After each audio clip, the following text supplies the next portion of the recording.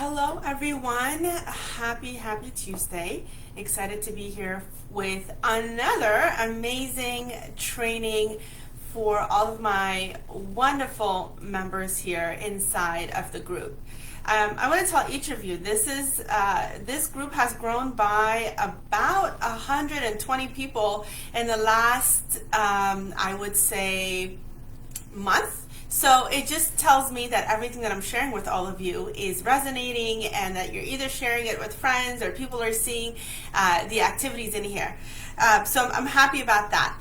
But here's what I'm going to be talking about today. Why is it that some career professionals apply for 1,000 jobs? Hopefully you're not applying for 1,000, right? If you are, let's talk. But why is it that career professionals are applying for jobs, either are not getting a response, or their resume is being overlooked, they are, you're not even getting a recruiter to reach out to you? Why is that happening? Why is it that maybe even when you apply for a job, you might get a quick screen and then you never hear anything? Has that ever happened to you? Right? Have you ever applied for a job and you're like, I know that I 100% fit this position and I can do the job, but I haven't heard from them? And I really don't know what to do. I've been just waiting here, right? And so what I'm going to be talking about with you today is a word that I like to use a lot with my career coaching clients, right? There's two aspects that a career professional needs to think about when they are applying for a job. There's a pre-frame and then there's a post-frame. So if you saw my Instagram story this morning, I talk about what is a pre-frame and what's a post-frame. So today I'm going to be addressing that with you, and I want you to think about your pre-frame and whether you have that right, whether you're in the right mindset when it comes to understanding, well, what does it exactly entail when it comes to my pre-frame? And because I talked about mindset, there's one thing, career professionals, that I want to tell all of you guys, right? You're my A players. You're people who want to excel and exceed, and you want to be on the other side of finding a job, not on the side where you are looking for it, but that people are looking for you. That's the side I want you to be on, because that's the side that is the side of power, and it's the side of where you're going to, when people are reaching out to you for jobs, that means you've done everything right. So let's talk about the pre-frame, right? When we talk about the pre-frame, I'm talking about all of the tasks and activities that you need to do prior to even applying for a job. Let me repeat that again. Your pre-frame is everything that you have to do before you even apply for a job. So a lot of you, right, when you hear some of this information, they're like, okay, if you see the position and it fits 80% of your experience, then apply for it. They don't talk about everything else prior to that, because that mindset, that pre-frame mindset, before you even click that submit button for that application, you want to make sure that is right. So what does that mean? If you have a pen and piece of paper, then I want you to write down some of these questions that you need to ask yourself. First, you need to ask yourself, what kind of a job is it that I want? What is it that I'm looking for? And part of that is looking into, what kind of a job are you in now? Are you happy with what you're doing? Are you happy with the responsibilities that you have in this current position? Are you then, if you said yes, then are you looking for growth? Are you looking for a promotion? And if you said yes to that, are you then looking to stay at this company, or are you looking to go elsewhere? Right? So that's the first question you really have to ask yourself. Where am I right now, and what's my next step? If you're saying to yourself, I'm in a position, I don't like my responsibilities, I'm not happy where I am, I don't see a promotional path for myself, and I'm not making the amount of money that I want to make, well then, where do you want to see yourself, right? So it's part of almost looking in terms of where I am right now and what is the job that I want next. And for each person, depending on whether you're a scenario A or whether you're a scenario B, you have to then decide what your next step is, right? So then what's the second step? What's the second question that we have to ask ourselves? You then have to do an evaluation of, all of your assets, right? I know assets is probably, it's a financial word, it's an accounting word that is used, but we as career professionals also have to count our assets, right? What's your performance? What have you performed over the years? What are your career highlights? What are you known for? What have you accomplished? And so part of your accomplishments is also your years of education, the certifications that hold. And so those are your assets that you as a career professional have in your back pocket, right? So counting your assets. A lot of times our resumes, and here, let me tell you this, like fake resume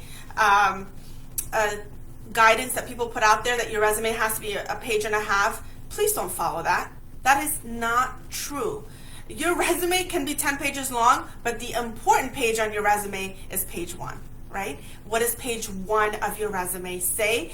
That's what's going to get the attention of a recruiter that has an attention span of about maybe 3 seconds, because if that first page sucks, guess what? They're not even going to move on to page 2 or page 3 or 4 or 5 or 6 or 7. So therefore, the length of a resume doesn't really matter if that first page is crap, okay?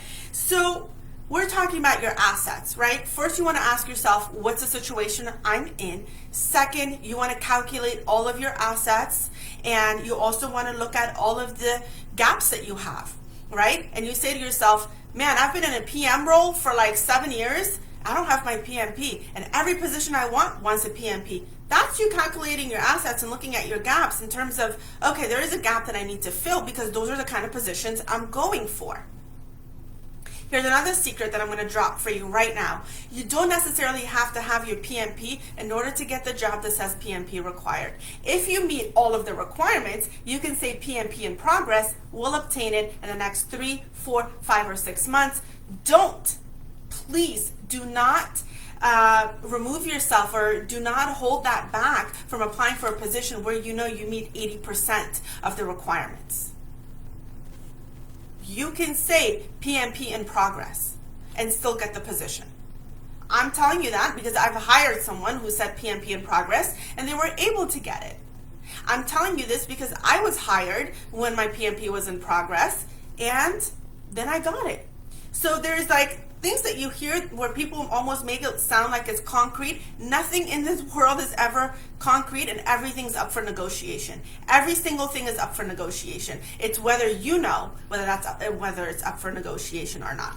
So, right? So what did I address? First, where are you today? Where do you want to be? Point 1. Point number 2 was calculate your assets. What assets do I have?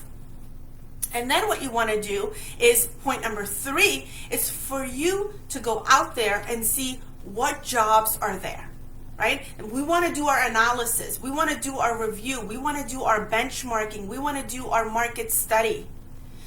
You want to go out there on LinkedIn, on Indeed, and do a survey of what is available, okay?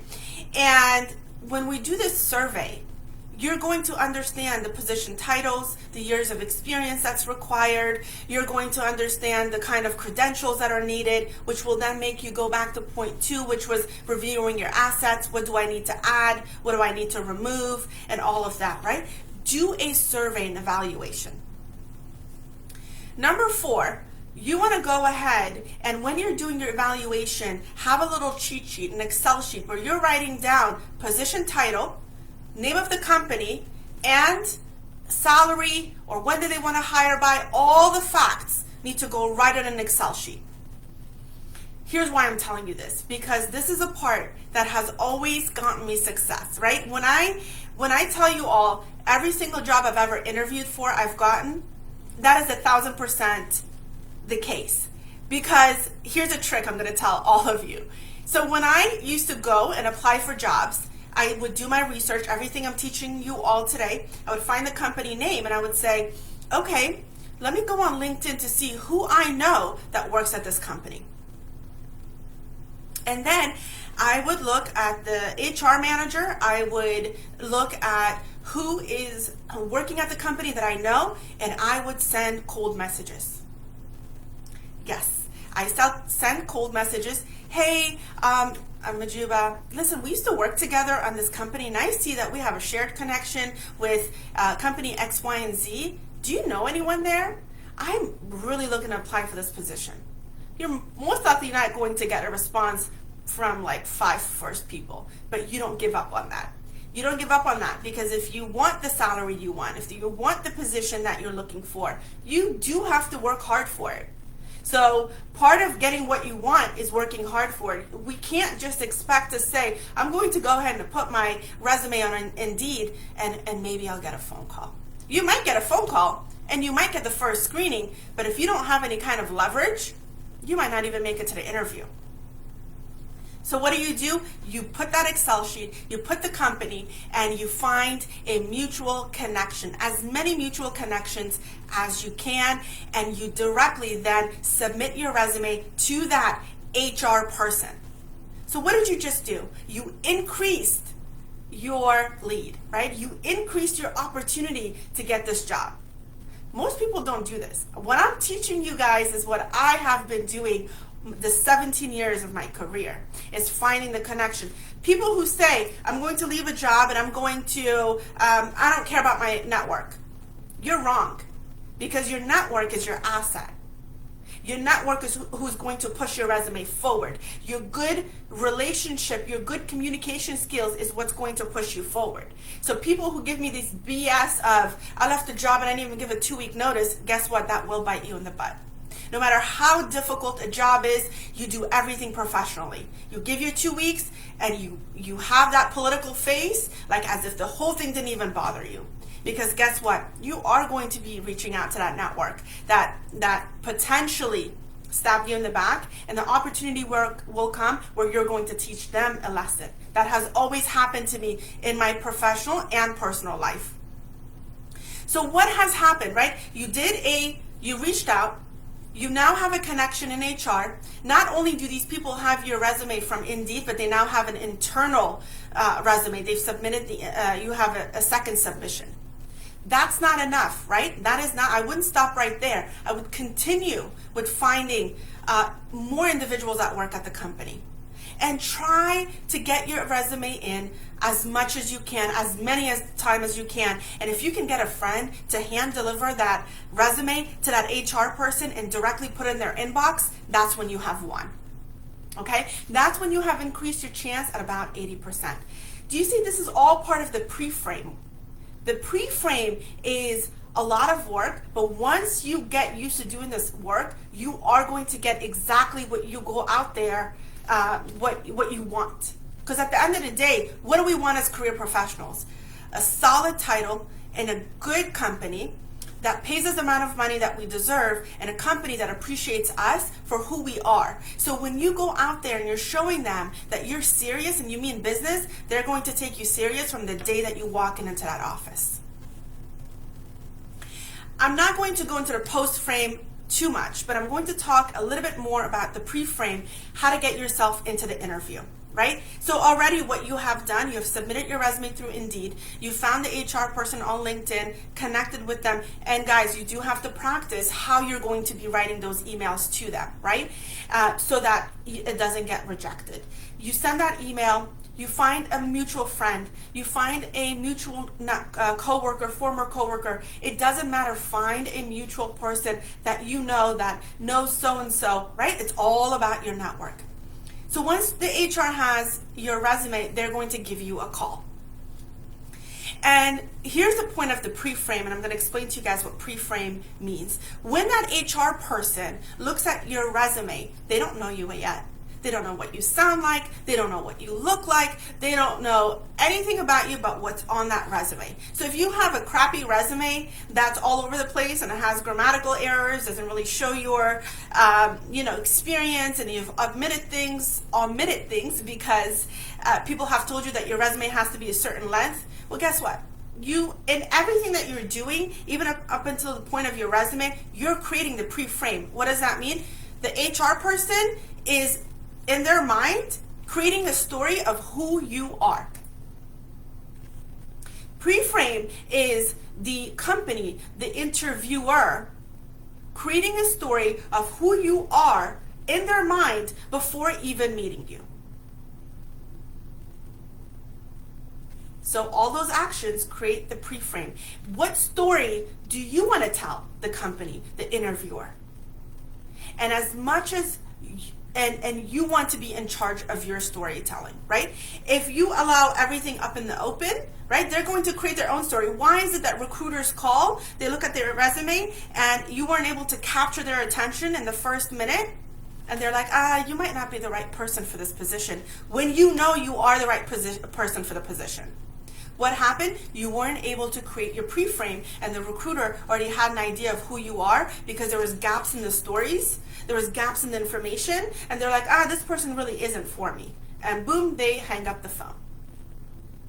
So part of pre-frame is that you want to have as much as power as you can in creating your pre-frame, so that when you get that call from that recruiter, you say, and they call and they say, hey, this is Johnny from Robert Half. How are you doing? I just saw you submitted your resume for the ITPM position. Can we talk about it? You can say, hey, I'm so glad that you called. You know what? I've been trying to get into this position for the past 6 months, and I'm glad that we're having this conversation today. And then he's going to go on. He's going to say, well, tell me why you think you're a best fit for this position. Oh my God, that's an amazing question. I'm so glad that you asked me. I'm the perfect person for this position because I have 15 years of IT project management experience. One of the things that I'm really, really proud of is that I have helped my current company save 30% on revenue on a project where I was able to eliminate resources that we didn't need. How did I do this? I went ahead and reviewed all the resources that were working on the project, and I realized that some of the part-time resources positions could be eliminated, and the work could then be given to the full-time individuals. I'm really proud of this accomplishment. I'm actually super excited about this position as well, because I know I can make the same impact. What happens next? So what did you do? You created the pre-frame story for the recruiter, and you just got this recruiter excited. They're like, whoa, wait a minute, this is the person I want, and I'm going to do everything in my power to get them in front of my client, because guess what? It's going to make the recruiter look good. So if you don't know what your career highlights are, if you don't know what you bring to the table, if you don't have the confidence to speak in a way where you can't convince and create your pre-frame with the recruiter, you're not going to be able to do it with the interviewers. So again, I'm going to go ahead and repeat the pre-frame of what it is that you need to do, right? The first question that you need to ask yourself is, what's the current position that I'm in, right? What do I want for my next steps in my career, right? Doing that assessment yourself. 2 is doing an asset calculation. What assets do I have? Whether that's years of experience, whether that is education, whatever it may be, you're going to have to look at your assets, determine your gaps, so that you know what your next steps are, right? That's number 3, or was it 2? Help me calculate. And then what's the next thing you're going to do? You're going to do a benchmark. You're going to do a survey of what's out there, of the type of positions you're looking for. You're going to go on Monster, on Indeed, on LinkedIn, and you're going to do a survey. You're then going to create an Excel sheet and plug in all of the positions, the companies that you're interested in working for. If you meet 80% of what they're looking for, apply for the job. Don't let the credentials or certifications hold you back. Companies are lenient. Managers are lenient. They're looking for people who are hardworking and who are committed. Okay? You need to show that. Then what you're going to do, once you have your list down, you're going to find mutual connections. Who do I know? Who do I know that knows this company? Who do I know that knows this HR person? Who do I know that knows whoever it is? Find your mutual connection. Cold message the company's HR. Let them know what you're interested in. Not 1 email, not 2. Not 3, as many as it takes, right? And each time you just want to genuinely say, this is what I want. I want to work for this company because I know what I bring into the table. Guess what? You can say I bring in the whole table. I love saying that because that's what each of you do. You bring the freaking table. right? Stop thinking that you can't, because if you think that you can't, guess what? Everyone else around you will think that you can't. So what's the rhetoric that you're saying to yourself, and what are you saying to others? And then when you talk to the recruiter, know what your story is. Know what the impact you've made as a professional. Have solid examples. I am so happy you called me. I am so excited that you called me. And I'm super excited that all of you guys joined today. I hope that you found this training helpful. Today, again, like always, I try to be authentic, share with you what I know that has helped me in the past 17 years, succeed in my career, and build a network that to this day backs me up and supports me. So nothing makes me happier than helping each of you grow in your career and be amazing career professionals. So you're working in jobs that are fulfilling both your passions and your pockets. So have a wonderful rest of the week, and I look forward to next week's live with all of you. Bye.